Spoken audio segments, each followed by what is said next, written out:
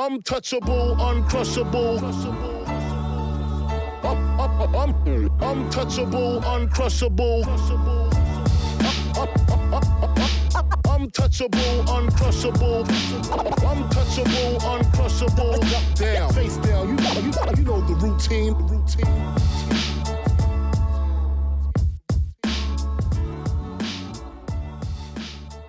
Hello, and welcome to another episode of Pan and Zoom, where we talk to creatives about how they got their start, where they get their inspiration, and where they're going next. I'm your host, Satie Gossett, and today we have a special guest who is teaching me how to enunciate and speak with a smile. Carroll Kimble, voiceover coach to Hollywood and everyone in between. How are you today? I am good. I'm very good. Thank you for having me. Awesome. So I wanted to have you here because I don't know if people know about the voiceover world, what it entails. Can you kind of give like a description of what voiceover is? Okay. Well, you know, anytime you watch a commercial, there is a voice talking, like you hear a voice. We look at the camera, we see the action that's happening, but then there's a voice. That is considered a voiceover. For narration, documentary films, even animation is considered a voiceover, radio commercials. And so first and foremost, I am a voiceover casting director, but I also train and coach actors as well. And that just kind of evolved along with my career. But I fell in love with casting and finding the right voices to fit the proper roles. So, yes. That kind of segues into my next thing. Can you tell us about your journey, how you fell into this? Absolutely. I was born and raised in Los Angeles, and I always wanted to be in the entertainment business. As I got older, I grew up with a lot of people who had parents in the business, and you go to their homes, and I just felt like things were just popping. I felt like, you know, as you know, Della Reese was a second mom to me, and if I was there with Dumpsy, and the house was just alive. She was coming back in from, you know, a TV show she did or a performance, and she was getting ready to do the next. And I was just very inspired by that energy. I never wanted to be in front of the camera. I felt that I could do something very valuable behind the camera. So it's not easy being in front of the camera, even right now. You know, I just don't even think about it. But so from there, I went to college, went to Pepperdine University, graduated. I worked on my first job was working for on a movie called Anatomy of an Illness, and I was a production secretary, and I was really inspired by that, and I learned a lot. But I said, I don't know if I want to be involved in production where this movie wraps in 6 weeks, and I have to move on to another movie or have a month down. But I didn't give myself time to decide what I wanted to do in that business. So I went to an employment agency, and I heard about this job at Bert, Barz Kirby. So my three former bosses and I, you know, God bless their souls, they're no longer with us, but Alan Barzman, Bert Burtis, and Jim Kirby. And they were creatives that used to write, create, and produce radio commercials. And so I was working for them, and they were known for humorous, funny radio campaigns. So I tell everybody I laughed the first 8 years of my career because they were so funny. They were friends with Pat McCormick and Bob Ridgely, and all the 70s TV actors that I thought weren't working anymore. They were working behind the camera. That's why we didn't see them, and making a lucrative living doing voiceovers. And so I really fell in love with that business. And then I decided to leave and start my own business. What year did you do that? Oh gosh, that was probably in like 1992. Okay. And I felt like I could do it. Things were changing. In fact, it's a cute story. You know, you grow up during your first job. I got married. You know, my father passed away. Then I was on maternity leave with my son Andrew, and the first day that I wasn't there, Bert and Barz got into a big fight, and someone called me and said, the guys are going to dissolve the business, it's over. And I said, oh, come on, they're just freaking out because I'm not there. Because I felt like I realized after the fact I was the glue that kind of kept it all together. Yeah. And, you know, sometimes men in business don't really like each other. They just make good money together, but they don't really like each other. But they don't deal with that. Women deal with that, but men do not. And the next day, no, attorneys are coming in and their accountants are coming in. And I'm like, oh my God. This is serious. It was, yes, exactly. By the end of the week, they were dissolving the business. And I'm not saying that that happened because I wasn't there, but I was involved in a really big change in their lives and in their business. And Barz was very, very close to me. He was really like the father figure to me in the business. And I realized when I was on maternity leave, when the business dissolved, I said, well, I want to go back, but I didn't want to work solely for Bert. I really liked the three of them together. And so I decided to start my own business around that time and to go off on my own. I mean, the timing is interesting because they dissolved and you kind of filled that vacuum. Right, exactly. And did like a lot of their clientele kind of come to you? Well, you know, they used to write with actors in mind, so they didn't really have a casting department. They would You were write, the casting department. I was the casting department, or they would write a script and they would say, hey, Carroll, see if Bob Ridgely is in town and see if Miriam Flynn's available. Or see if Artie Johnson's around, and I'll call Jack Riley and tell him you want him in Friday. They really wrote with the actors that they thought would be able to do the job.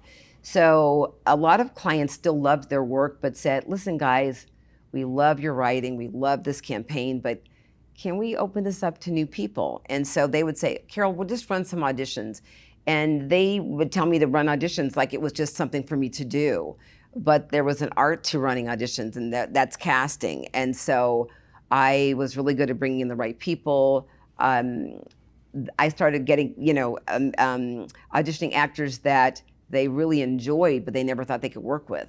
And so I really did open things up for them quite a bit. And so it wasn't like I left to compete with them. They didn't really have casting as a department. But after I left, they did create a casting department, and somebody else stepped in. But I really loved the entire process with voiceovers.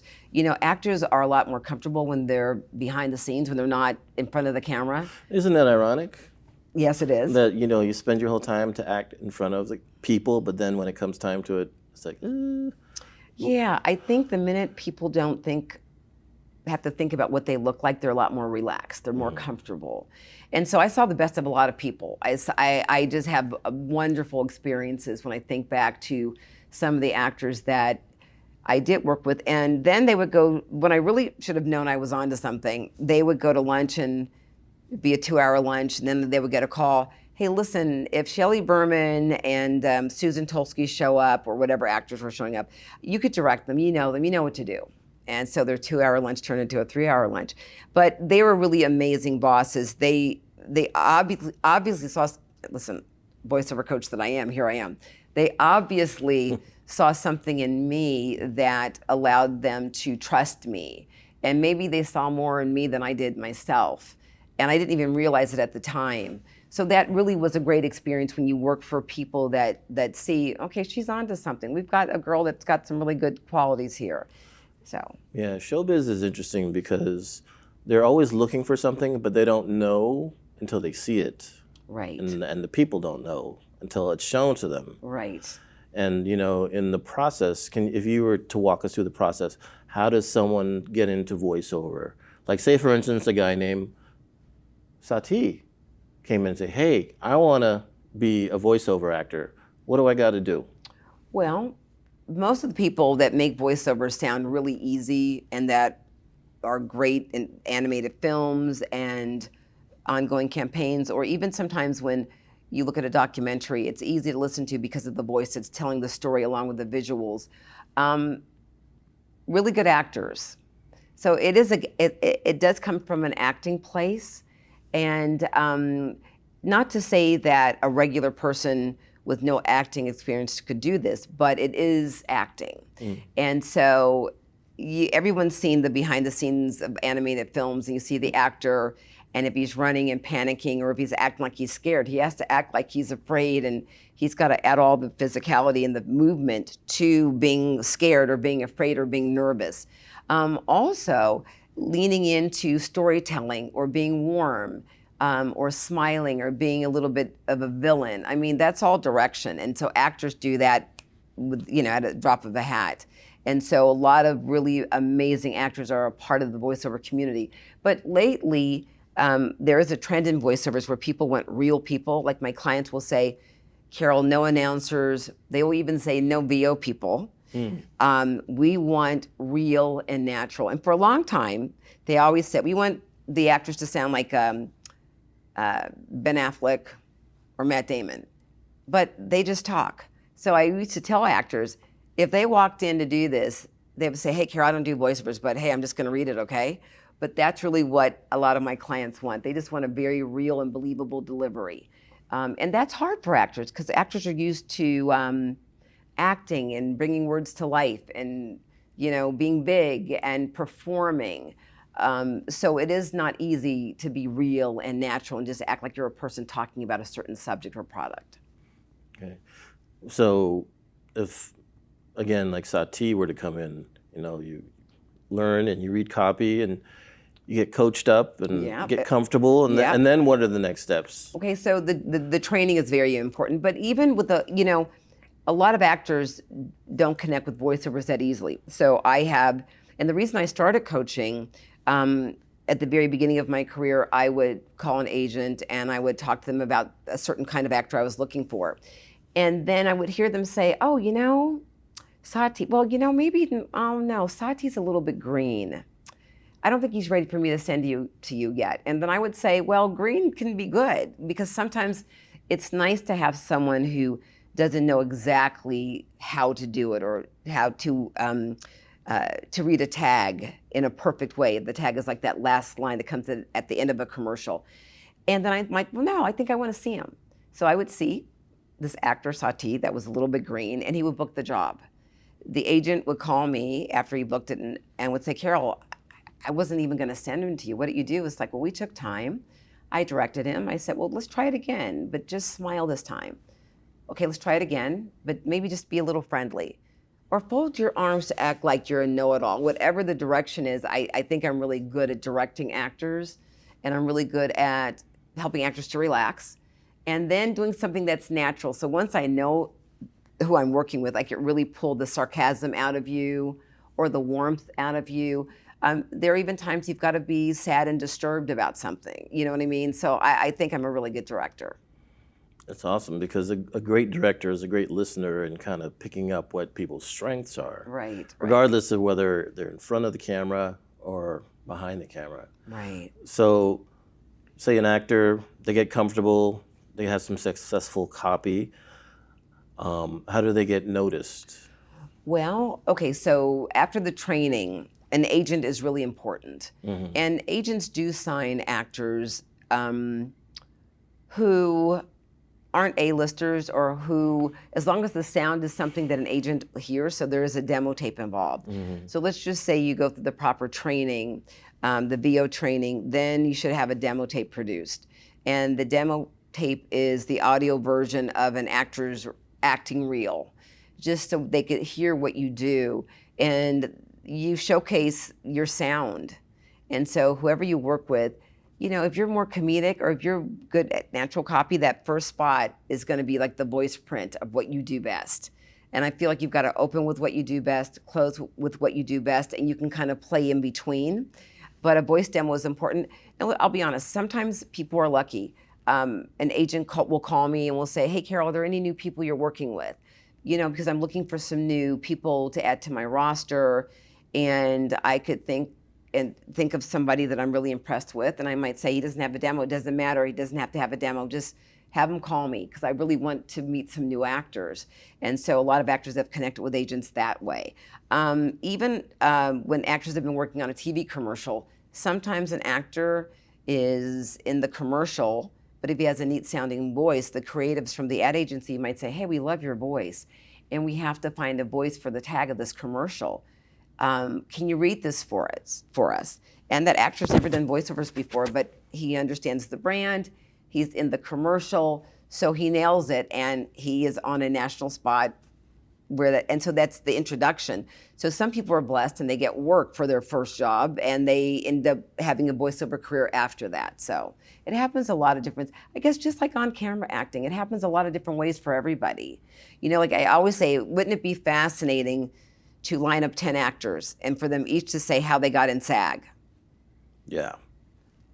I mean, There's no one way to no do it. one way to get your SAG card or your first job, or, if you were on a set and someone said he's got the right look, let's have him be the such and such, let's have him play this role, have him read this line. Hey, are you in the union? We'll go talk to her, sign the, So the careers have taken off for so many people in a variety of ways. Yeah, Yes. you're telling me a story about a mutual friend of ours and a former guest on Pan and Zoom, Nikki Michaud. I love Nikki. And how she booked a Wells really Fargo. big Wells Fargo. She was the voice of Wells Fargo for, Nikki, I'm not sure. I want to say 5 years. And I feel like that job was waiting for her. I get very spiritual too.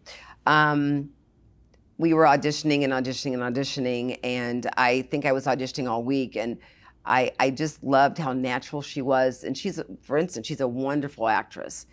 And every day I would see, is Nikki back yet? And I would see more people, is Nikki back yet? And by the end of the week, they had a list of people that they wanted to meet in person. They set up a callback session. And I said to the producer, I said, look, there's one girl I've been wanting to see all week, and I said, she might be back. Can I schedule her to come in, or can I still audition her? And Nikki was back. I auditioned her, and they loved her. So she was able to attend the callback. Fast forward to her booking the job, and that job was waiting for her. I just feel that sometimes things like that do happen. Yeah, she was wonderful. And she naturally is very real and very natural, but she takes direction well. And when you direct her, I could see her kind of in her brain going, okay, she said this. Then you have to execute. So when you read it again, you want that direction to come through, the read. And so I really did love working with her, but that was a great experience for Nikki. That's awesome. And then that's just one story. How do you connect with the clients? Because you work with a who's who in the industry, not just in acting, but also in the corporate world. Right. What's the process of how you connect with those people? Do they seek you out? Right. Well, one great thing that Bert, Barz, and Kirby, the company was Bert, Barz, and Kirby. I used to go to a lot of client dinners. Mm-hmm. And I didn't realize it. My dad, I would come home late, 10:30, 11 o'clock. My dad would say, what do you do after, what are you doing after work? And your mom says that you're still working. And I said, well, I go to a lot of client dinners. He goes, what do they want you at dinners for? It's like my first year or two. And I said, I don't know, Daddy, but I just go to dinners. But I was going to the great restaurants. And usually after there was a day of recording, they would want to wine and dine the clients. But I learned so much from that because I would hear stories about their careers or things that happened that I would never hear during a work day because we were busy working. And I think when there were, young creatives or females, they kind of said, oh, let's bring Carroll with us. But I have gift of gab, so I'm being very controlled right now because I could start talking over you. But I did client dinners well, and listen, it wasn't part of my job description, but socializing with the clients was a huge benefit, and I learned so much from that. But my best way to keep in touch with my clients, or the best way to keep my clients, is to do a great job. Every time my clients come back to me with another project, I work harder to keep them coming back. I never think that it's all locked up and they're going to use me forever, because the minute things change, they can go to somebody else. And there are not that many voiceover casting directors. There's just a handful of us. But they have other options, or they can go directly to the agents. So right now I've got a really cool project that coming up next week, and I'm excited about it, but my mindset is I want to really just knock this one out of the park so they will use me consistently again. And so anytime they have a project, let's call Carroll. Hey, email Carroll, see if she's around. Oh, Carroll's got to handle this. So that's my work ethic. I just work harder and harder every time to make sure I secure my relationship with my clients. And I'm a real people person, so I know how to deal with each client individually. They're all very, very different. Some are really, really picky, and they have a right to be. It's their job, it's their career. Sometimes there's an ad agency that has a brand that is thinking about shopping for a new agency, so they really want to come through. So if they're a little nervous, a little picky, it's understandable. But when I'm on it, they don't have anything to worry about. I've done some animation too, and so those are producers that I meet and that I know that like my work or they like my style of casting. And so yeah, I work with I have a lot of repeat clients. Which is great. Yeah. And the work ethic of treating your last job like your first job, and then, work begets work. Right. Sounds like where you worked was it feels like a Madman-esque type of environment. It was a boys' club. Yeah, very much so. Oh my God, boys' club. Pat McCormick, who was a comedy writer for the Johnny Carson show and was good friends with my boss, Barz. Sometimes he would show up to write with Barz, and Barz, he was the one that was very protective of me. He says, I would be walking in the office to bring scripts or something. He's like, hang on. In fact, come back in 5 minutes. But they were telling jokes. And he would never let me walk in on an inappropriate joke. And, I was very protected by them, and they were very respectful to me. And it was in the years where things got a little messy in the business, where people thought that they could do or say anything with women around. But I never had that experience. They were very, very protective of me, which I really appreciated. That's amazing. Yeah. So outside of voiceover, do you do anything else as far as? Well, I'm a wife and got 2 great kids and family and all that. But outside of my personal life, I really do, along with the casting, I teach classes and I do privates. And even being here today, I love to talk about my work because I hope it inspires somebody else. I hope that, if someone feels like, I always wanted to be in the entertainment business, but I didn't really know how to do it. I had various internships when I was in college.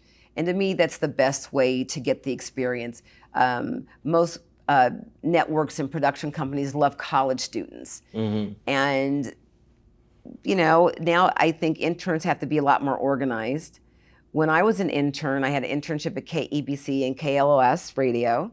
And I think when I would come for my 1 8-hour day, they just gave me a bunch of stuff to do that they didn't want to do, but I still learned a lot. And now there really is a schedule for the interns. So they're in on meetings and they get to learn. Like you really have to have a very organized internship like schedule for the semester that they are interning. So internships are very valuable, very, very important to someone's career. I've done a couple of internships. Shifting gears, you're in the voiceover world. What do you see trending in the voiceover world, especially against, I guess the looming AI thing where people are kind of being digitally replicated and they're trying to phase out, I guess, quote unquote, real people and not having to pay them their fair wage. Where do you land on that? Well, I think that could happen, but I'm not really worried about it too much. A lot of people will say, God, Carroll, will your career be over? If AI did take over, I don't think it could. I think the personal touch is really important. I think this client knows that I'm on the case and I'm going to be bringing in actors next week, and we had a phone discussion about it and all that. I mean, AI could not duplicate what I do. I am concerned for the actors. I think famous actors have something to be concerned about because they could duplicate their voices, and there are a lot of things that happen out of the country that no one knows a thing about because no one's there to hear. But it's really interesting. It's funny when you do something that you think no one's going to find out about or hear. You have a friend that's traveling in Italy, or someone's in China, and they'll say, hey, I saw this commercial and I heard you. And so somehow it gets around. So when people try to sneak or they try to duplicate someone's voice, they're going to get caught and they'll probably get sued. Yeah. So it's not a good way to go. I don't think it would take over casting. I don't see that. And I guess I don't want to see it because that's my business. But I always feel like, hey, if that did happen, maybe it would be time for me to do something else. Maybe I would manage talent or start producing myself. I have a lot of other ideas and things that I might do down the road. So I'm not so concerned with that. Yeah. Okay. I mean, because like you said, it's almost Pandora's box and it's hard to protect. It is. It's very hard to protect. And, a lot of actors are very concerned about it, but I think they're going to be okay. I really do. And I think Scarlett Johansson had an issue, and she really went after someone and nailed them. So I think if that happens, people are going to start getting a sense that actors are not going to take it, and they shouldn't, because it's their gift, it's their talent, it's their hard work. How dare someone just get a snippet of someone's voice and think that they could duplicate it? through a computer. That's not okay. So I would, and if I ever heard something and I knew it wasn't really the actor, I would definitely report somebody. I would for sure. That's great. Yeah. So what would you have to say to anyone green coming in to the voiceover world? Like, I know we talked about it a little bit. What words of advice, what words of encouragement would you give to someone? I think that anything that you think about that you really want to do, you should try it. You should see what it's like. You should see what it's about. And getting the proper training is huge. I feel like most actors, even if they don't pursue voiceovers 100%, they should at least see what it feels like to read a script and to be in front of the microphone.